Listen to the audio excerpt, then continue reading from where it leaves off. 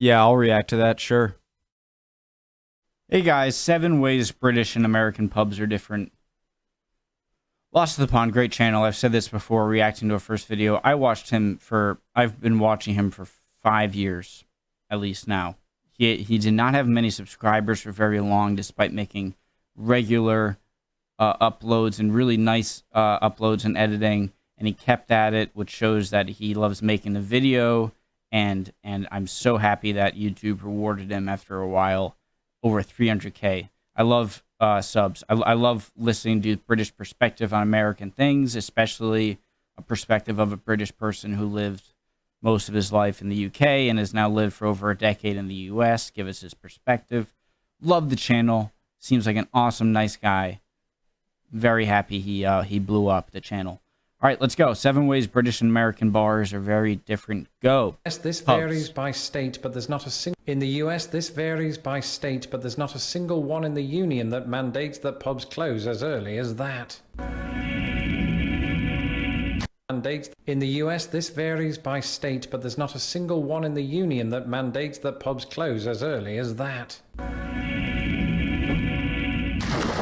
Hello, I'm Lawrence, and I'm on a quest to uncover all of the memos that Britain and America lost in the pond, and one of those memos pertains to pubs. Pubs, where would we be without them? A question that's been decisively answered in the hellscape that is 2020. In fact, while we're on the subject of the pandemic, do keep in mind, Uncle Toby, that a lot of what you're about to hear in this video might temporarily not be true. That doesn't mean that it's not ordinarily true, it just means that pubs have had to make a lot of changes on either side of the pond. And the key word there is either. I think before I moved to the United States, I was under the assumption that America didn't have pubs, but specialized instead in bars. But America does have pubs. Sometimes they'll be the kind of pubs that are looking to mimic those in Britain or Ireland. And one thing I noticed in Britain, one, don't tip.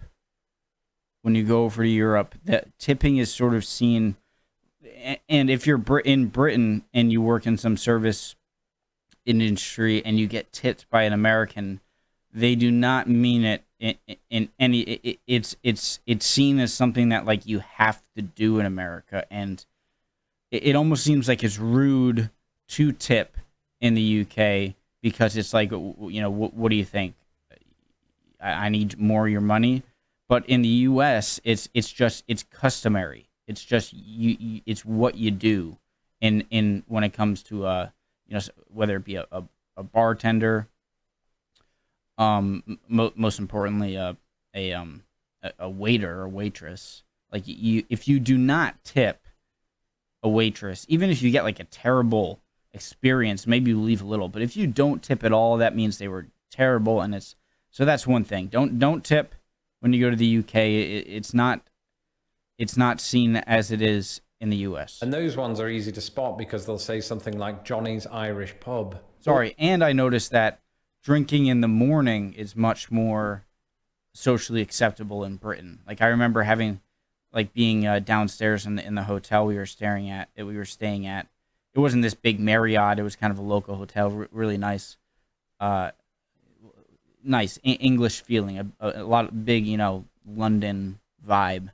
And downstairs is a pub, and like with tables and stuff, and people drinking like this is coffee, but you know, big, you know, pints of beer just kind of in the morning or like at their 11 a.m.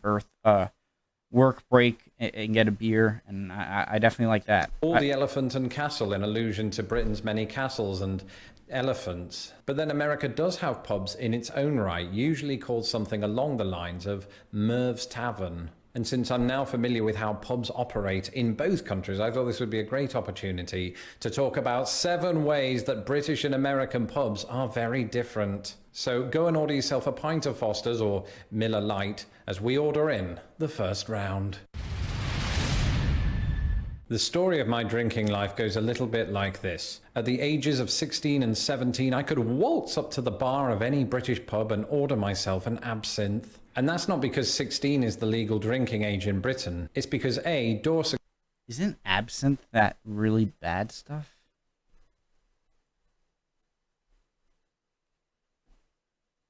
Isn't anise flavored spirit?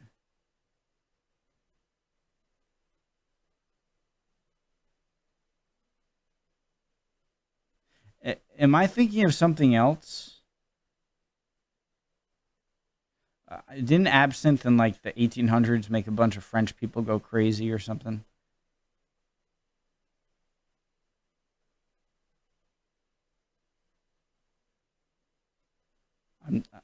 Okay, sorry. Security is usually pretty lax, as in there is no door security. And B, I've always looked 4 years older than I am. No, the legal drinking age in Britain is 18, so imagine my surprise on my 18th birthday when me and a few mates went to paint the town red, not literally, that's another story, and I got carded for the first time in my entire life, and the problem was I didn't have any ID with me. Fast forward 9 years, 27 years old, and I've moved to the United States of America. What's the 1 year younger than he was 1 year younger than me at the time, as I am now.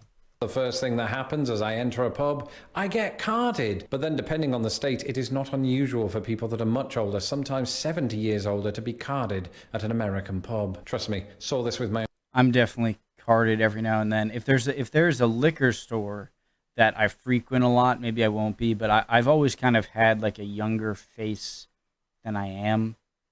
And so definitely into my mid-20s, I got carded a lot. I mean, if you're 70, you're not going to get carded, you know. My own eyes, it happened to Dick Van Dyke. Of course, by then I'd learned my lesson and I did indeed have some ID. Ironically, I get carded a lot less these days, one of the perks of being a YouTube sensation and 38 years old. So nationally, the legal drinking age in the United States is 21, but that hasn't always been the case. In some states, it was even once like Britain, a pub could legally serve somebody who was 18 years or older. In 1969, while Neil and Buzz were landing on the moon, teenagers could legally land themselves a glass of Blue Moon, but only in the states of Louisiana and Neil Armstrong's home state of Ohio. A big thing about, and I don't really know. I think 18 would be okay because I think especially in college you can get beer no matter what. But the years before 21, like in the U.S., sometimes the idea behind making it 21 years old kind of backfires a bit. Is that it causes a lot of people who are underage, when they get their hands on alcohol, they think, oh, they got to be secret, don't have a chance, and so they drink as much as they can, and then bad things happen. And I think putting it at 18 might be a bit more, make people a bit more responsible with the amount they drink at that young age. And then something changed. By 1975, the number of 18 states had risen to 23. This was a domino effect following the recent change of the voting age from 21 to 18. The belief being that if somebody's old enough to vote, they're old enough to drink. Or if they're old enough to go die in battle, then they should be able to. Problem is, legislators didn't stop to think about what would happen if these two things happened at the same time. By 1983, the numbers plummeted as states moved to increase their drinking age once more to 21. This was seen as a response to an increase in drunk driving incidents. And the domino effect was complete in 1984, when President Ronald Reagan signed into law the National Minimum Drinking Age Act, which outlawed the purchase of alcohol by individuals under the age of 21. In 2020, one or two parental loopholes notwithstanding, the legal drinking age remains 21 in all US states and territories except Puerto Rico and the US Virgin Islands, where it's 18. Pubs, what are they good for? Well, the answer to that question could be different depending on which country you are in. Let me give my thing. So it's Pubs, what are islands, where it's 18. Primary function. Okay, so when I think of the primary, so this goes to me talking about how in the hotel we were in downstairs in the kind of lobby bar people would be drinking. I think that a bar, I'll refer to them both as pubs, okay? I think that a pub in America and a pub in Great Britain differ greatly in that a pub bar, a pub in the U.S. is really, unless it's like connected to like a restaurant or something, it's really like later at night watching sports games or whatever and having drinks and getting intoxicated and whatnot, whereas the function of a British pub seems to be more versatile. Seems to be more of a, it's not just a place where everyone gets rowdy and drinks and whatnot. It's more of like an everyday sort of meeting place, or just place to get away from work or whatever. You can sit down at 10 a.m., have a pint, work on your writing something, or bring your laptop, and it seems like it has a more of a cafe vibe, you know, where like you sit down and it has a broader purpose in society than a pub in the U.S. Pubs, what are they good for? Well, the answer to that question could be different depending on which country you are in. I mean, sure, in both countries, one of the chief aims of pubs is to give customers a place to get pissed until the cows come home. And if you've ever been drinking with me, that happens regularly. But the main difference here lies in their... When do you get that plaque? I want that plaque.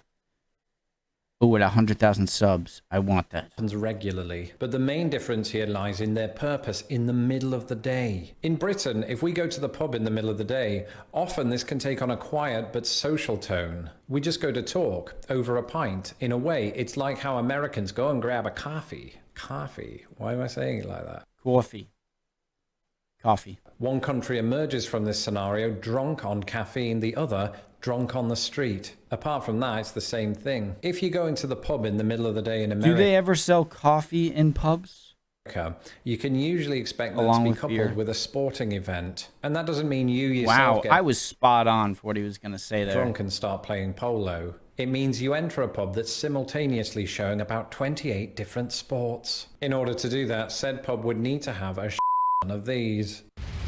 Flat screens? Oh my god. A lot. That's right. In America, like anywhere you sit inside of most pubs, bars in America, you will have at least a TV in your view without having to swivel. The term sports bar is almost redundant, though I'm finding firsthand the same is not true of the term sports bra. Don't ask. One word to keep. Sports bra redundant? That's right. In America, the term sports bar is almost redundant. Yeah. Though I'm finding firsthand the same is not true of the term sports bra.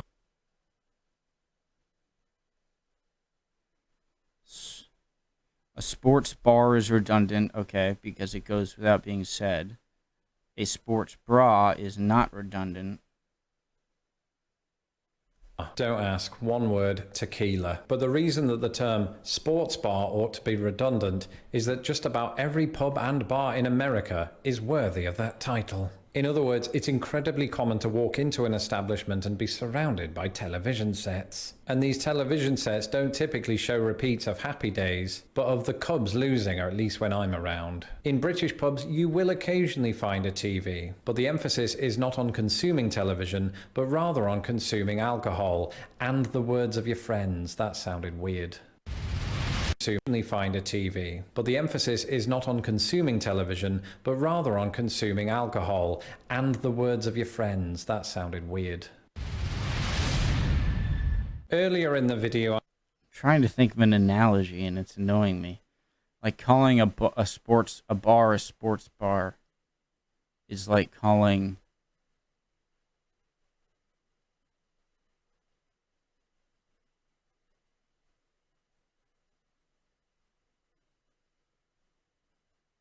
I don't know. I joke that we ourselves don't play sports while down at the pub, but in either country this isn't strictly true. Of course, in Britain this depends on whether or not you class darts as a sport. Yes, I've been watching darts videos. It's awesome. The crowd is insane. Especially when you're at the pub because you've got a drink in your hand, which I've just realised is also true of professional darts players. Either way, darts are an incredibly popular sport in British pubs. In American pubs, even though you will occasionally encounter the odd dartboard, sometimes very odd dartboard. It's probably not frequently used and more of like a decorative. They're just not as big a part of the pub going experience. And when you think about the sentence, drunk people throwing sharp objects, that probably makes sense.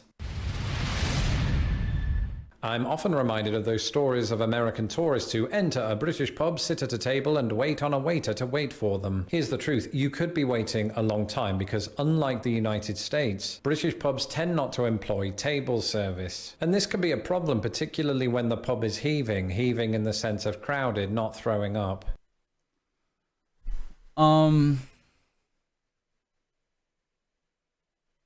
Look, I am the furthest from a social person as you'll probably ever meet. I am the epitome of introvertism, of an introvert. But I am dragged out my entire life, dragged out by friends and whatnot to bars. So it's not like I haven't been to bars in the U.S. and a few in the U.K. when I'm visiting. But what was my point? Unlike the United States, British pubs tend not to... So it depends. A lot of bars are inside of restaurants. And so I don't think people don't expect when you sit down inside of a U.S. bar, pub, U.S. bar. I don't think that you're going to expect someone to come and take your order for a drink. They assume that if you are sitting down at a table that you intend to order food. And so they might for that. And even that isn't always the case. Sometimes you got to go to the bar to put your order for food in. But I don't think there are cases where like people go into an American bar, Americans sit down and wait for like a bar waiter to come and ask what drink you want. To employ table service. And this can be a problem, particularly when the pub is heaving in the sense of crowded, not throwing up. You want to make sure you get a seat. I understand that, right? So here's what you do. If you're there in a group, one of you go up to the bar while the rest of you claim the seat. The one at the bar orders all of the drinks and then it's his or her responsibility to carry them to the table.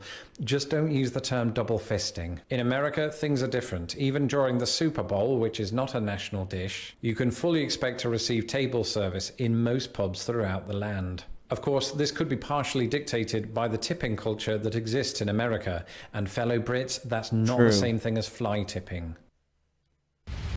You see the minimum wage in America is what, like $7.50 in the lowest in some states. That's the lowest. Maybe in like Alabama or something where stuff is cheaper. But I believe the federal minimum wage for most states, well, if it's a federal minimum wage, I mean, is $8 an hour, $10 an hour.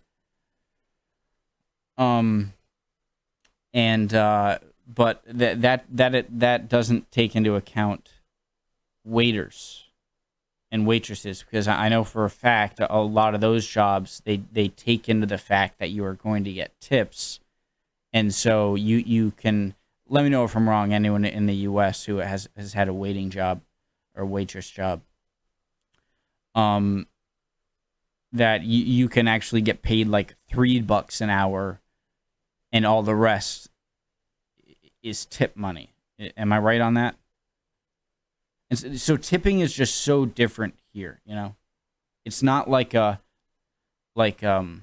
derogatory, like insulting, like, oh yeah, you need this money. It's just something you do.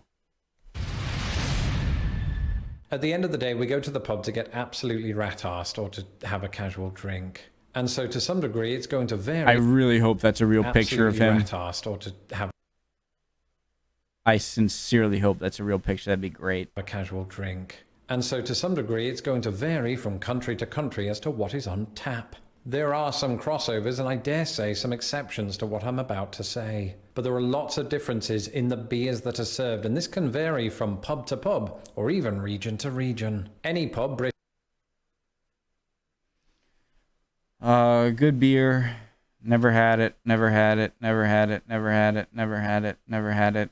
Good beer. Yeah, of course. Never had it. Never had it. Never had it. Never had it. Never had it. Never had it. Nope. Nope. Nope. Nope. Pretty good beer. I think so. Nope. Budweiser. Hell yeah, brother. Southern Comfort, of course. Cigar City. Jack Daniels. Jim Beam. Hoppin' Frog. Yingling, pretty good. Moonshine. Sweetwater, Yingling. What's Rhode Island's? Oh, Narragansett. Hell yeah. Jaeger? Samuel Adams. Alrighty. British or American worth their salt will feature a comprehensive list of local beers. Naturally, these are going to be different between Britain and America, but also between regions within each of those countries. But then you get down to the big names too. In Britain, you're far more likely to be ordering the Australian beer Foster's than you are Samuel Adams. Guinness. If that's not your bag, there's always Carlsberg or Carling. In America, Budweiser or Miller Lite. And if you want one that unites the two countries, you could go for the Belgian beer Stella I'm a Artois. fan. I used to not be a fan of Guinness, but it has grown on me. Which in Britain is trashy and in the US it's classy. Really? Is it? Is Stella like a more like the natty ice of here? Because over here it's a pretty nice beer. Belgian beer Stella Artois, which in Britain is trashy and in the US it's classy. And then of course there's the pint size itself. Let me go back in time and hand you over to Lawrence from a few months ago. Great Britain might be unfairly known for its warm beer, but at least you get more bang for your buck, or should I say quid. You see, a British pint is larger than its American counterpart. Serving size is always bigger in America. My arse. To some, that might sound like something that I cooked up after, 4 pints of Stella, especially since each country defines a pint as 1/8 of a gallon. But here's the catch. Gallons are different too. In the US, a gallon is equal to 3.79 litres. In Britain, it's equal to 4.55 litres. So 1/8 of a US gallon gives you a pint of 473 millilitres. So a good old British pint clocks in at 568. And this 73.55 litres, so equal to 3.79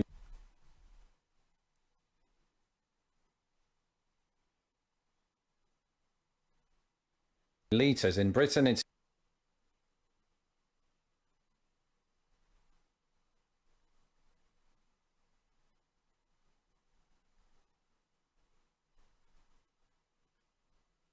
different too. In the US, a gallon is equal to 3.79 litres. In Britain,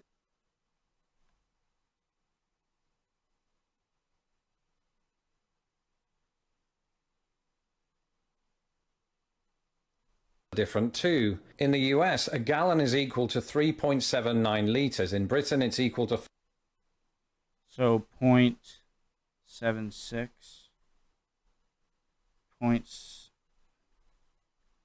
0.76 divided by in the US 3.79 equals, so 20% less. So a British pint is 20% more than an American pint. Yes, a gallon is equal to 3.79 litres. In Britain, it's equal to 4.55 litres. So 1/8 of a US gallon gives you a pint of 473 millilitres. A good old British pint clocks in at 568. And this is great news for American beer fans in Britain because it means that 6 American pints are equal to 5 British ones. You'll be slaughtered before the pub quiz starts. Wait, wouldn't it mean British ones? And beer fans in Britain because it means that 768. And this is great news for American beer fans in Britain because it means that 6 American I'm coming over, all right, guys. 5 British ones. I've got over 14,000 subs. Thank you guys so much. Around half of which are British, which means 7,000 of you British are subscribed to me, and therefore that gives me the right to, whenever I go to Great Britain, to stay at one of your houses. That's just, it was part of the contract that you signed when you subscribed, and so I might show up at your door and we can go look at castles together. All right, so make sure you have a spare bedroom. You'll be slaughtered before the pub quiz starts. Aside from the fact that you now have a particular song stuck in your head, you're probably I was literally singing it right. The question, what's the difference between British and American closing times? You see, in Britain, right up until about 2005, it was mandated that pubs had to close at 11 p.m. On the one hand, you could get around this by starting your drinking session earlier, say at 7 Right, I feel like the pubs open earlier, though. o'clock in the morning. Do you really drink at 7 o'clock in the morning? I need to know this so I don't feel as bad. So, like, when would you, like, not bat an eye if, like, you saw, like, a person, like, a, you know, business someone who has a job and whatever, like, at what point would you bat an eye and be like, really, you're drinking this early? Like, if you drink at, like, 7 a.m., is that just fine? Because if so, I really want to move there. The other, given the time difference, you couldn't stay around long enough to watch wrestling pay-per-views. But then in 2005, a law was passed that said that pubs could stay open 24 hours so long as they had a specific license. But by all accounts, it looks like most British pubs haven't applied for this license because they still shut at 11 p.m. In the US, this varies by state. I think it varies by rural versus urban. Like, urban bars are going to be open much later. But there's not a single one in the union that mandates that pubs close as early as that. In fact, 27 states in the union permit their pubs to stay open until 2 a.m. How is New York not? I went to college in New York. I was definitely at pubs past 2 a.m., right? And it's usually at that time. And Rhode Island in the union permit their pubs to stay open until 2 a.m. And it's usually at that time, after tequila, that my voice really does sound like that. Now, there are some notable exceptions to this rule. Alaska and Hawaii are to drinking times what Puerto Rico and the US Virgin Islands are to the legal drinking age. In other words, they're so far away from the mainland, they can sort of get away with it. What about Indian reservations? What can they get away with? Staying open until 4 and 5 a.m. There are state and local exceptions to those rules, just in case you were thinking of moving to either of those states. That's closing time on this episode. Let me know in the comments below your experiences of pubs in either country. Oh, I talked throughout the video. Don't forget to follow me on Twitter, where you can read some of my admittedly drunken sounding ramblings. You can do Sure thing.